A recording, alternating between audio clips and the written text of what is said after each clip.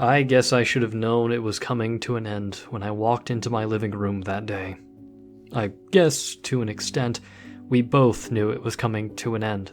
First sign of trouble was the fact that the light in my study was the only one turned on in the house, meaning the only place she could be is the one place she hated. I had been arriving late from work the last couple of weeks, but I guess I just drove slowly to avoid being in the same house as her. But even as I say this, a part of me still loved her, even if things had been a little rough this last year. But this day felt different. Today, something was about to change. I knew it as I got out of my driveway in the morning, and I know it as I go in at night. I guess I should have known it was coming to an end when I woke up and he had already left for work.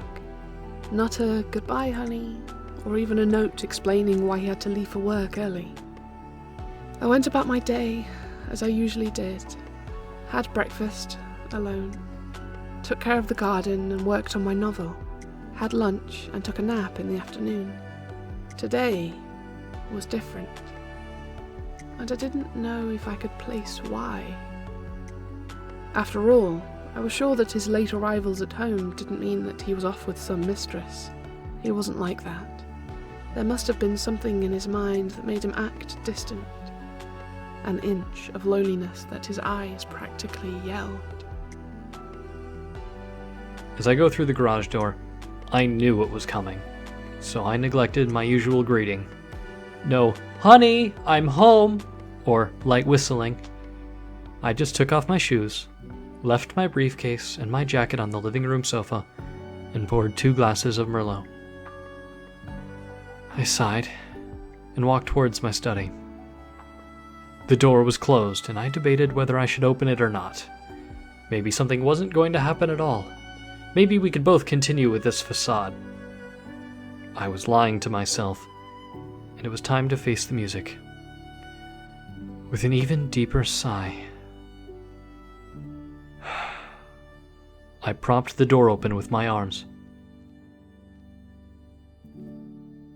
I heard the keys jangling, and I knew he wasn't going to immediately come here. I heard his briefcase and jacket hit the sofa. He was coming in without shoes. He never did like using them indoors. I heard he also opened the pantry, probably to pour himself, or both of us, a drink.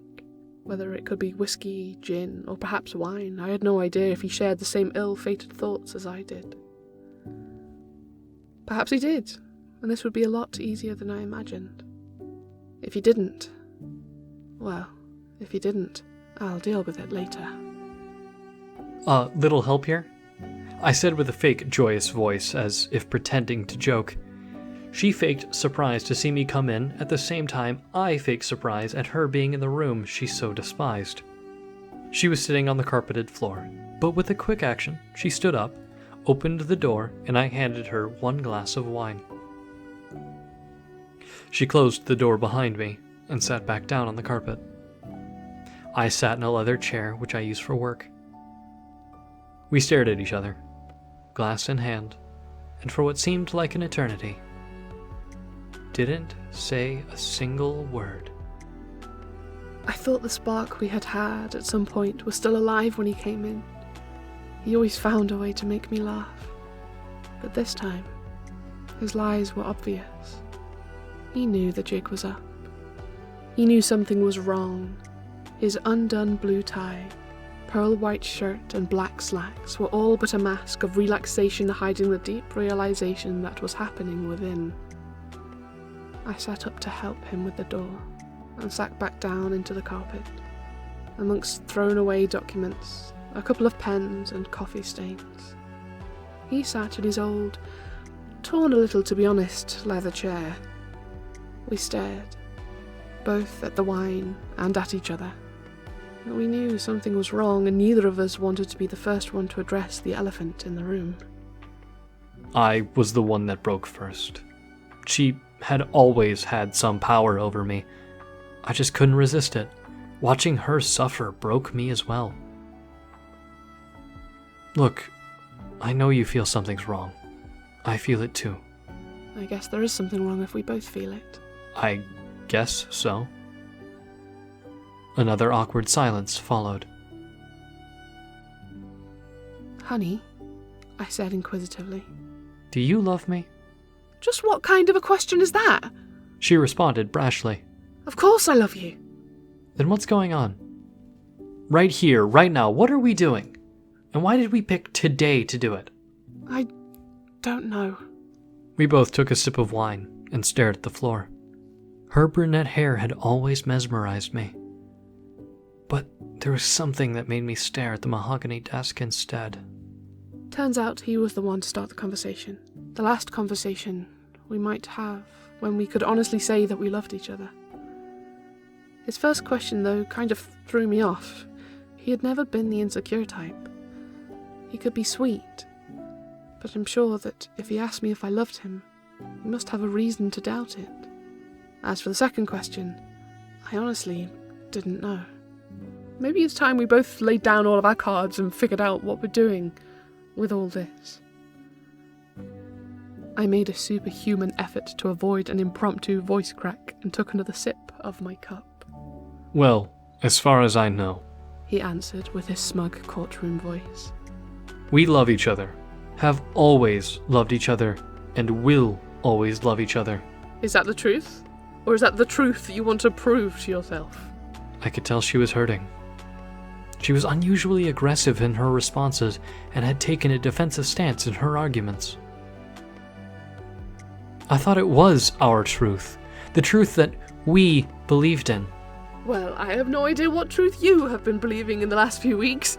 You always get home late now. I know you're not cheating on me, so what's going on? I also know you don't get off work that late, so why don't you want to be here? This last response hit me hard. I wasn't sure what to say. My legs felt like jelly and I couldn't focus enough to take a sip of my wine.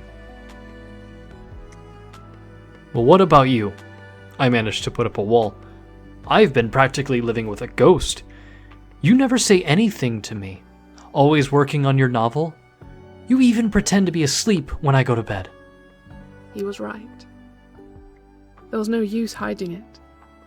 I didn't have an answer for his accusations. I didn't have anything else left to go on, so I couldn't throw anything else at him either. Well, perhaps we're done then. Perhaps these last years have been a farce, and it's time we just own up to it. I said. The shadow of a tear had begun to form in my eye. Well, this farce is everything I have. He raised his voice. An unusual behaviour, but it wasn't out of anger, it was out of pain. Truth is, I didn't want to lose her. It was partly true what I said. She was everything I had. The mere prospect of a separation, living alone again, terrified me. If she could tell I felt alone right now, how bad would it get if I lost her? Well, perhaps, she said softly. Perhaps what? I laid down the pressure. This might be something we can fix, she said again, now with a cracked voice. I could see tears falling on the documents below her beautiful eyes. And I was praying that she wouldn't see the ones hitting my shirt. Fix what, love? Can't even tell what's wrong. And we want to go out of our way to fix it? There was such a long silence after that, between sniffles and sobs, that we both managed to finish our cups of wine. He'd always had a good taste for it. Do you remember the last time we danced? I asked him, not sure what kind of answer I was waiting for. Of course, but that was so long ago. You're gonna have to remind me how to do it properly, honey. A short chuckle followed his answer. Well, I also did last time. You've never been that good of a dancer. She stood up, and I could admire her beauty. On cue, I also stood up, my socks rubbing against the carpet. That embrace had been everything I had ever hoped for or needed. The study was a ballroom. The carpet a marble floor, her sweater a dress, and my shirt and slacks a tuxedo and cufflinks. I held her tight against my chest, kissed her forehead, and began to lead. We had a few missteps here and there. but she didn't seem to care. Her hair smelled like roses, and her steps were angelic. At one point, we stopped. I held her chin in my hand and stared into her eyes. Not yet, darling. I want to keep dancing, she said, without saying a word. I obliged.